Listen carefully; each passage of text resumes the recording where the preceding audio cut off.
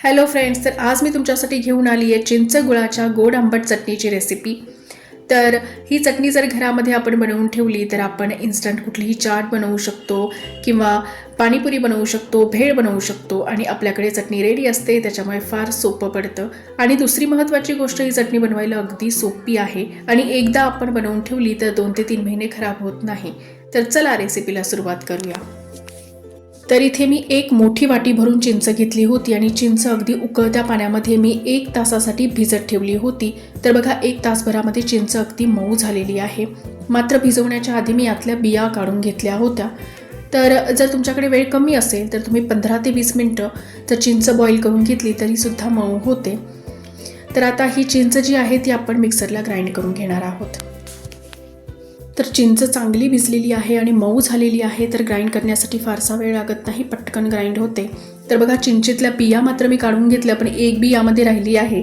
जर ही बी अशीच गेली असती तर कचकच लागली असती। तुम्ही मात्र असं करू नका।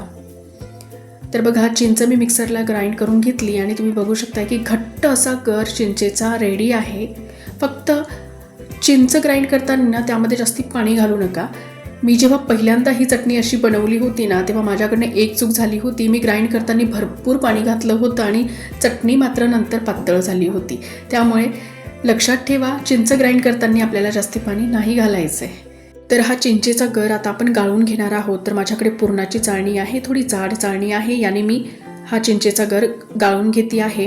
कारण चिंचेमध्ये ना जे धागे असतात किंवा चिंचेचे टरफलं जर चटणीमध्ये आले तर ते चांगले लागणार नाही, चटणी कचर कचर लागेल खाण्यासाठी। त्यामुळे गाळूनच आपल्याला हा गर वापरायचा आहे। तर आता हा चौथा चुरला आहे आणि यामध्ये मिक्सरचं जार स्वच्छ धुवून मी पाणी घातलं आहे। तर आता हा चौथा आपण साईडला ठेवून देऊ। तर इथे आपली अर्धी तयारी झालेली आहे। आपला चिंचेचा गर गाळून झाला आहे आणि चिंचेचा गर एकदम रेडी आहे। आता आपल्याला चटणी शिजवायची आहे। तर इथे मी एक नॉनस्टिक कढाई घेतलेली आहे। तर चिंचेची चटणी करताना एक तर तुम्ही नॉनस्टिक कढाईचा वापर करा किंवा स्टीलच्या कढाईचा वापर करा। लोखंडाची कढाई वापरू नका, कारण आपण आंबट चटणी बनवणार आहोत। तर लोखंडाच्या कढाईत जर आपण बनवली तर त्याची टेस्ट ही बिघडू शकते। तर इथे मी 1 चमचा तेल घातलंय आणि 1 चमचा जिरं घातलंय। जिरं थोडंसं तडकलं की यामध्ये आपण चिंचेचा गर घालून घेऊ।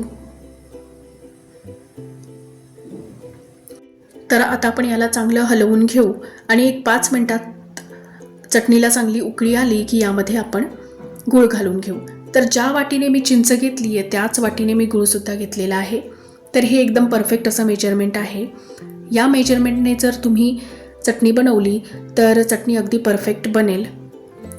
आता गूळ हा आपल्याला पूर्णपणे मेल्ट करून घ्यायचा आहे।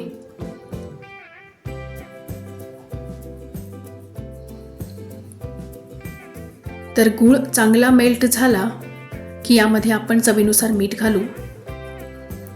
त्यानंतर अर्धा चमचा मी इथे काळं मीठ घातलंय। तर चटणी तुम्ही जेवढ्या प्रमाणात करताय त्यानुसार मीठ आणि काळं मीठ घाला। त्यानंतर 1 चमचा मी रेड चिली पावडर घातलंय। याला चांगलं मिक्स करून घेऊया आणि आता यामध्ये मी 1 चमचा हिंग घातलाय। तर हिंग मी सुरुवातीला घालायचं विसरले होते, त्यामुळे मी आत्ता घातलाय। तुम्ही तेलामध्ये जिरे घातले की त्यातही हिंग घातला तरी चालेल। आता यामध्ये 1 चमचा मी जिऱ्याचा पावडर घातलंय। आता चटणी आपल्याला 10 ते 15 मिनिटं चांगली अशी उकळून घ्यायची आहे, म्हणजे चटणी ही चांगली घट्ट होईपर्यंत आपल्याला उकळायची आहे। आता यामध्ये 2 चमचे मी साखर घातली आहे। तर साखर अगदी ऑप्शनल आहे, जर तुम्हाला घालायची नसेल तर तुम्ही कम्प्लिटली स्किप केली तरी चालेल। तर चटणीची कन्सिस्टन्सी घट्ट होईपर्यंत आपल्याला चटणी ही शिजवून घ्यायची आहे।